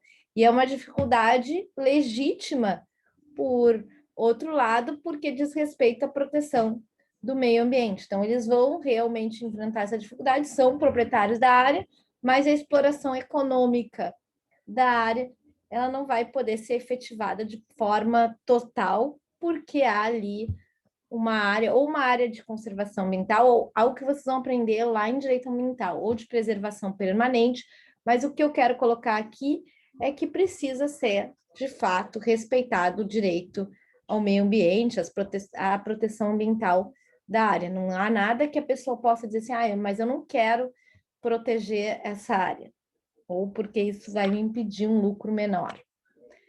Não é algo que possa ser reivindicado pelo sujeito. Nós temos aqui também um outro artigo sobre função social da propriedade, tá, pessoal? Aqui no material de vocês. Aí agora eu vou tratar um pouquinho da descoberta, um instituto bem bacana, tá? Que é aqui a ideia do achado não é roubado. Então, o nome disso que a gente está trabalhando é o Instituto da Descoberta. O código dá o nome de descoberta. Então, quando a gente encontra algo perdido de outra pessoa, até botei aqui, ó, achado não é roubado, só que não, que é uma figura do Tribunal de Justiça do Distrito Federal. Então, se alguém encontra algo perdido, essa pessoa pode ficar com a coisa que encontrou? Não. O código diz que a pessoa tem a obrigação de restituir a coisa. Então, não tem nada disso, pessoal, de achado não é roubado. Então, ela não é uma forma de adquirir a propriedade, ou seja, quem acha uma coisa perdida não se torna dono dessa coisa. Então, é o que dispõe o artigo 1233. Quem acha uma coisa perdida tem que restituir o dono. Mas eu não sei quem é, tá perdida, não tem nome. Eu tenho que primeiro, então, o sujeito deve diligenciar para descobrir quem é o dono. Então, vamos supor que ali na coisa trata de uma bolsa e a bolsa tem lá o documento, tem o endereço da pessoa, etc. Então, esse sujeito, ele já descobriu de quem é a coisa. Então, ele pode ir atrás e devolver para a pessoa, ou telefonar para a pessoa. Aquilo que a gente vê muitas vezes em notícias, né? Uma pessoa que perdeu a carteira no ônibus ou perdeu a bolsa no ônibus, e então alguém vai lá e achou. O herói que encontrou a bolsa, claro que dentro desse contexto que nós vivemos, não deixa de ser algo que mereça ser aplaudido. Mas essa pessoa não está fazendo nada além do seu dever, porque o ordenamento jurídico dispõe que a pessoa que encontra coisa de outra não se torna proprietário dessa coisa, tá? Então, não é o achado, não é roubado. O achado e ficado com a coisa é roubado, sim, tá? É algo ilícito nesse sentido, não como crime de roubo no sentido técnico, tá, gente? Mas algo ilícito, o Código Penal, inclusive, vai estabelecer como crime, tá, a apropriação da coisa achada e não entregue para a autoridade. Então, a pessoa pode até responder criminalmente por isso, se ela encontra coisa perdida. O que não significa, vejam só, que essa pessoa vai restituir, vai diligenciar nesse sentido e não tenha nenhuma recompensa. Então, o ordenamento jurídico prevê para esse sujeito um direito de recompensa da coisa achada não inferior a 5% do seu valor. Então, além das despesas que ele teve para devolver a coisa, conservação e transporte. Então, vamos supor nesse caso que eu falei da bolsa, tá? E a bolsa tivesse lá uma quantia de dinheiro. Então, o sujeito teria direito a uma recompensa, além de, vamos supor que ele tenha gasto um aplicativo ou pego outro ônibus para devolver a bolsa da senhora, essa perdida. Então, ele tem direito a ser ressarcido por esse fato, por essa despesa. Tá? Por exemplo, se alguém esquece no táxi ou no carro de aplicativo o celular, é justo que o carro de aplicativo cobre o transporte até a casa da pessoa para devolver esse bem. Então, é nesse sentido que o ordenamento jurídico dispõe. Há, no entanto, um direito de recompensa que pode ser reivindicado pela pessoa, tá? Então, na determinação desse valor, vai se considerar o esforço desenvolvido, se foi rápido o que ele achou, se não foi, se ele ficou com a coisa durante muito tempo para procurar a pessoa, não ficou. Então, Esse valor arbitrado pelo juiz, no caso concreto, vai levar em conta toda a diligência tomada pelo sujeito que descobre a coisa, ou seja, que encontra a coisa, que acha a coisa perdida.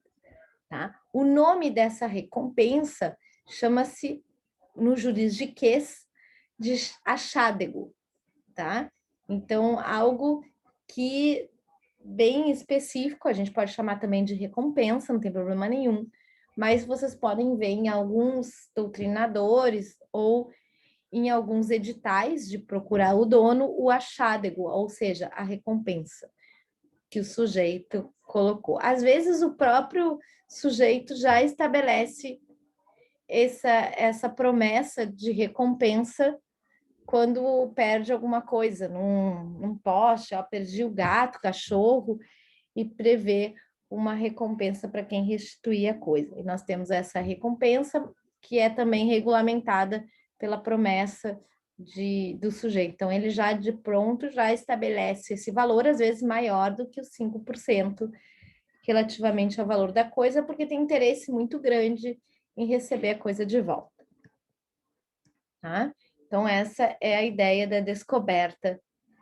Alguém não se torna proprietário em razão disso. Além disso, pessoal, o descobridor, ele responde pelos prejuízos que ele tiver causado a coisa. Então, vamos supor que o sujeito recebeu a bolsa lá que ele achou no ônibus e ele colocou a bolsa num lugar muito úmido e a bolsa mofou, tá? Então, estragou o couro ou, sei lá, o material de que ela era feita. Esse sujeito ainda é responsável em razão do prejuízo que ele causou para a coisa. Então, ele responde para o prejuízo quando ele, de alguma forma, não tomou os cuidados relativos que eram necessários para a conservação da coisa. A não ser que ele tenha demonstrado que ainda a coisa pereceu sem culpa dele. De alguma forma, então, ele diligenciou, mas ainda assim a coisa pereceu. Tá? Então, e também, ainda se ele tiver procedido com dolo, então, o que é o dolo? Com a intenção de causar prejuízo à coisa. Então, ele vai responder porque ele que está na posse da coisa. Então, ele que vai responder pela coisa. Ele vai entregar a coisa se ele não achar o dono à autoridade competente, ou seja, a autoridade policial, que deve, então, diligenciar para buscar quem é o verdadeiro dono da coisa. Então, quem é o dono da coisa vai fazer o edital, se for o caso. Se a coisa for de pequeno valor, pessoal, aí a autoridade policial não vai gastar, né? O juiz não vai determinar o gasto da coisa para buscar quem é o proprietário e poderá abandonar o próprio município, que seria quem receberia a coisa, abandonar em favor de quem achou a coisa, ou seja, entregar a coisa para o sujeito que encontrou a coisa, tá? Mas vamos supor que nós estejamos falando de uma coisa perdida de grande valor. Então, nessa hipótese, a autoridade policial vai empreender esforços para encontrar a coisa. E aí, nessa hipótese, vai mandar edital, etc., na imprensa, notícia no jornal, para ver quem é o dono da coisa e também vai haver aqui um controle para saber se esse dono é de fato o dono da coisa. Posteriormente, então, achar o dono da coisa, ele se apresentou à autoridade policial no caso. Então, vai haver o desconto, vai haver a cobrança desse dono da coisa de todas as despesas que foram feitas para encontrá-lo, além da recompensa para o descobridor, e depois vai se devolver, então, a coisa para o sujeito.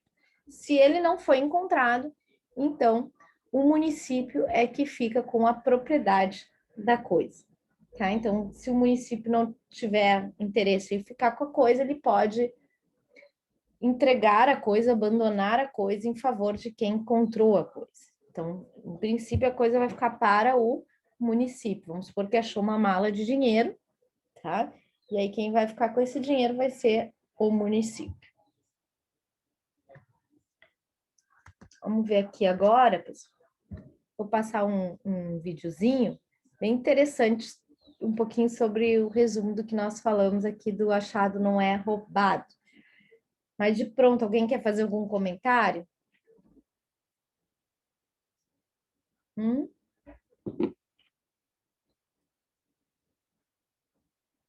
Então vamos lá.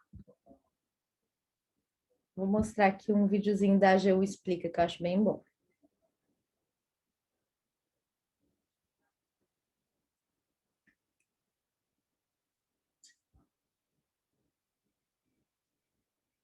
Você já ouviu o ditado que achado não é roubado? Você sabe se isso é juridicamente válido? A AGU explica. O roubo é um crime previsto no Código Penal brasileiro, no artigo 157, que de forma bem simplificada envolve violência ou grave ameaça. Por essa definição, fica claro que, de fato, quem encontra alguma coisa e não devolve para o seu legítimo dono, não pratica o crime de roubo. Acontece que tem uma outra figura no nosso Código Penal que pune essa conduta. O artigo 169 do Código Penal diz que quem se apropria de coisa alheia, que veio ao seu poder por erro, caso fortuito ou força maior, pode ser condenado à pena de detenção, de 1 mês até 1 ano ou multa. O inciso 2º do mesmo artigo também prevê uma situação, a de quem acha uma coisa perdida e que deixa de restituir ao verdadeiro dono, ao possuidor, ou até mesmo entregar para a autoridade competente, dentro de um prazo de 15 dias, e passa a se apropriar daquela coisa como se fosse sua. Mas não é só o nosso Código Penal que trata desse tema. No Código Civil, no artigo 1233, também existe uma previsão de que aquele que encontrar coisa alheia tem de restituí-la ao verdadeiro dono ou legítimo possuidor. No caso de não saber quem é o dono ou não encontrá-lo, basta entregar a coisa encontrada para a autoridade competente. Mas nem tudo é tão ruim assim para quem encontra uma coisa alheia perdida e resolve agir licitamente, já que o artigo 1234 do Código Civil prevê que quem restituir a coisa encontrada ao seu legítimo dono ou possuidor tem direito a uma recompensa não inferior a 5% do seu valor, além de ser indenizado pelos eventuais custos com conservação e transporte da coisa encontrada. Se você quiser saber mais sobre a AGU e o mundo jurídico, #AGU Explica. Até a próxima!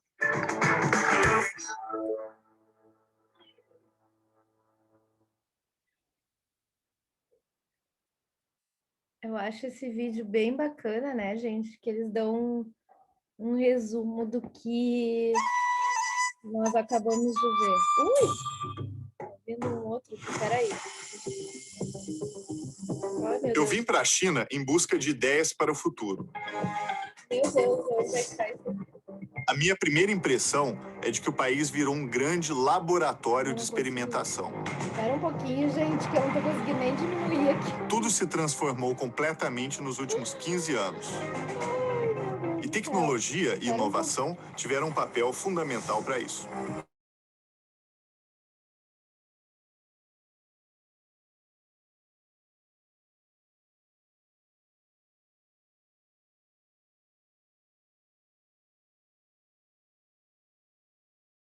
Pronto, agora foi.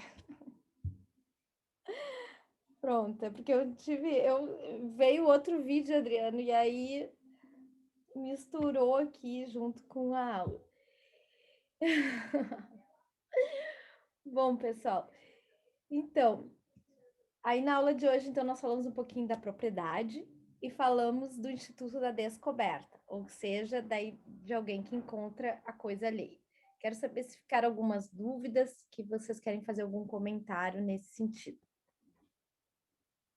Não, tranquilo. Eu até achei que quando a gente achasse uma coisa assim, né? Eu já devolvi, mas eu nem sabia que tinha restituição, uma quantia de valor para a pessoa que achou e devolveu. Isso daí para mim é novo. É, né? Às vezes a gente acha que... E a pessoa às vezes também nem fala nada, né? Que que teria que devolver, que dá um valor de recompensa, acha que tá tudo certo, mas até tem que dar esse valor mesmo, né, Audrey? Sim, sim. Né? Já pode Na exigir prática da não praça. acontece. Hã? Na prática nunca, pelo menos eu nunca vi acontecer. Eu também não, fiquei surpresa com isso. Às vezes acontece quando não sei se vocês já viram, a pessoa que achou um dinheiro grande, aí o sujeito que deixou uma parte do dinheiro com essa pessoa que achou, como gratidão, né, do que a pessoa achou e devolveu.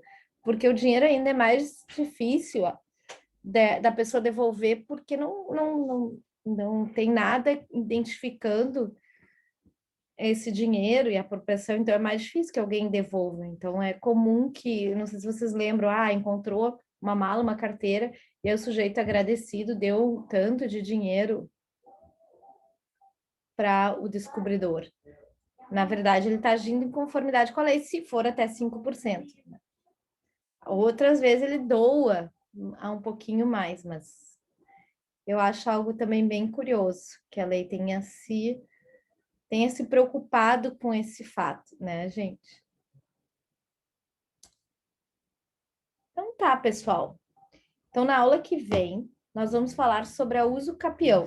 E aí a gente encerra o estudo da... Encerra não, né? Porque ainda tem, a gente vai falar sobre as sessões depois.